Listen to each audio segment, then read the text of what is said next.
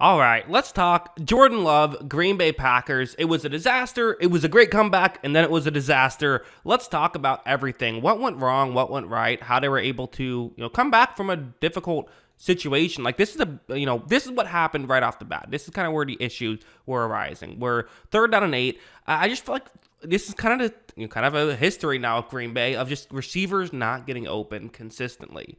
Jordan Love's going to take the snap. He's going to look down the field. He doesn't love what he sees at this point. No pun intended, right? Looking down the field, not a huge fan of everything going on. So, okay, no worries. Instead, he's simply just going to flip it to his halfback, A.J. Dillon. Didn't work out on that play. They ended up having to punt. That was kind of an issue. Was again, when guys don't get open, forces you into checkdowns or making bad decisions, one of the two. There was a checkdown later on in the game that worked. It nearly got them in field goal range. So, these things do... it's the right play. It's good stuff from Jordan Love, but it just, not good enough.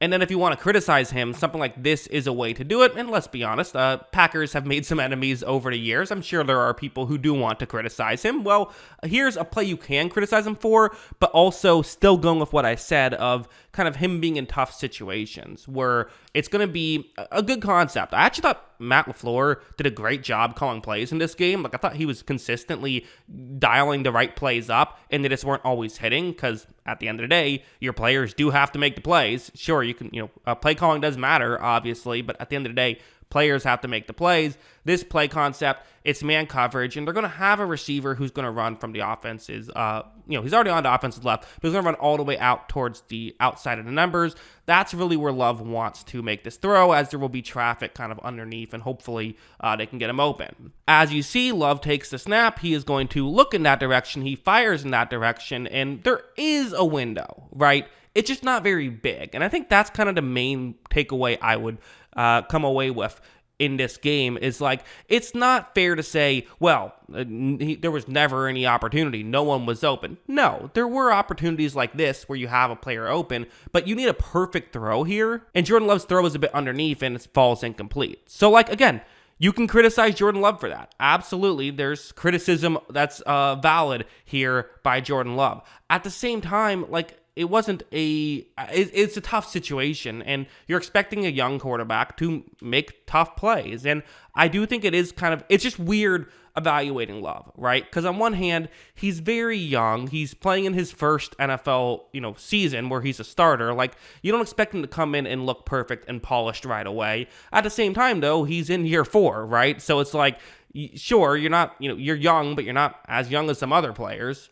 So how do we evaluate him? It's kind of hard to say, but this is what I'm seeing right now when watching the tape. Going over here, let's talk about the comeback. And, it was kind of two weird plays. I mean, both touchdowns were just bizarre. This one, I'm going to be honest. I'm sorry, Packers fans. I wasn't crazy about either from Jordan Love, where it's going to be zone coverage. It's Romeo Doubs who is going to be running this route, right? Where it kind of fakes that he's going over the middle, but then it's going to go towards the outside. That's the way this play is designed to work. As you see, Love is going to take the snap. He looks in that direction. He's going to, step up in the pocket and, a tough throw. And I guess that's probably the main takeaway is I wouldn't say this is a bad play from Jordan Love. I really wouldn't, because you were stepping up in the pocket and there was pressure coming from up front. So I think that disrupted this throw. Because Doubs is wide open. I mean, if you can push this ball down the field sort of towards the corner of the end zone, this is an easy touchdown. Love wasn't able to do it, again, because he was under pressure. I'm not holding that against him. And as you see, Doubs is going to do a good job of coming back. I mean, that's a great play from Romeo Doubs to get the sort of simultaneous possession,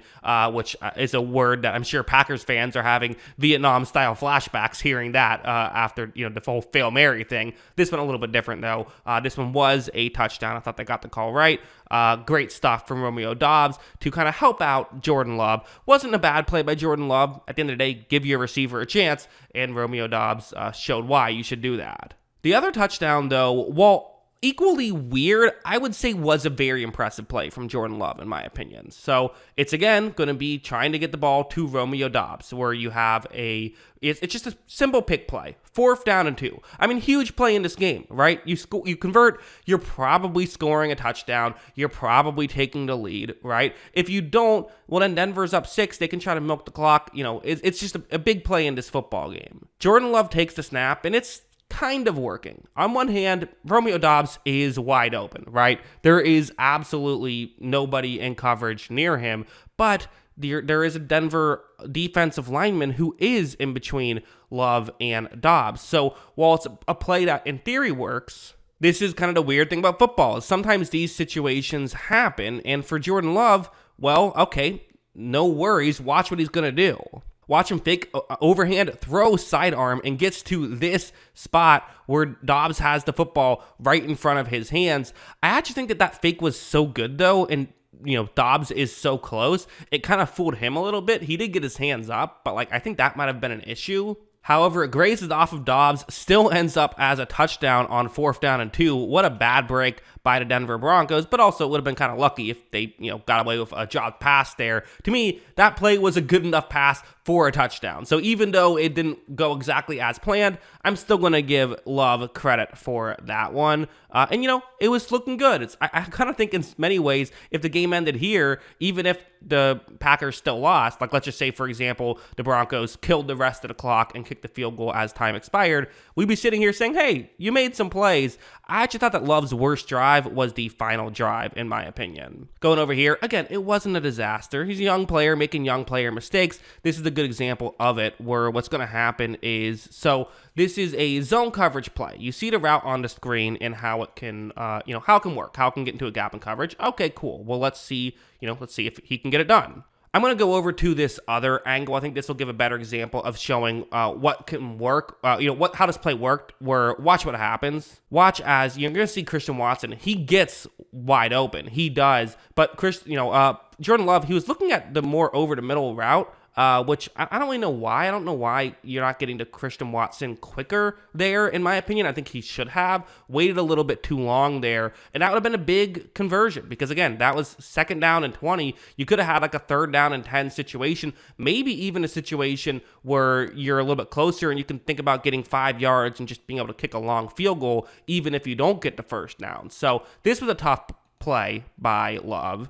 And then there was this one, 3rd down and 20. So, listen, you got to take chances at this point, right? You're down 2 points. You need to get in field goal range. You need to convert. You need to get 20 yards. You do have 2 plays, so, don't purposely throw the ball to the other team, but, you are in a bit of a tough spot here. So taking a chance is no big deal. It's how Jordan Love's going to do it. Where on paper, so this is the cover 2 zone, but the safety who is on that side of the field is actually going to play a lot further over the middle. So when Jordan Love takes the snap, he is going to eventually fire, and throwing it there is the right call, but look at how high in the air it is. It just takes a really long time to get there. So when we're paused it now, the safety just had time to come back and try and make a play. If Jordan Love kind of threw more of a line drive, I don't know if it's a conversion, but that's how you have to throw that play, really. As you see, instead, it gets picked off, and that's the ball game. The Broncos were able to run the ball a couple times, and then they were able to just sort of do the whole,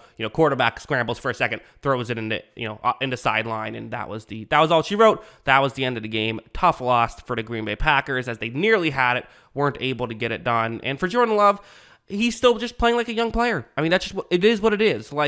You hope that he makes improvements. I think you were kind of hopeful that right away he would look good.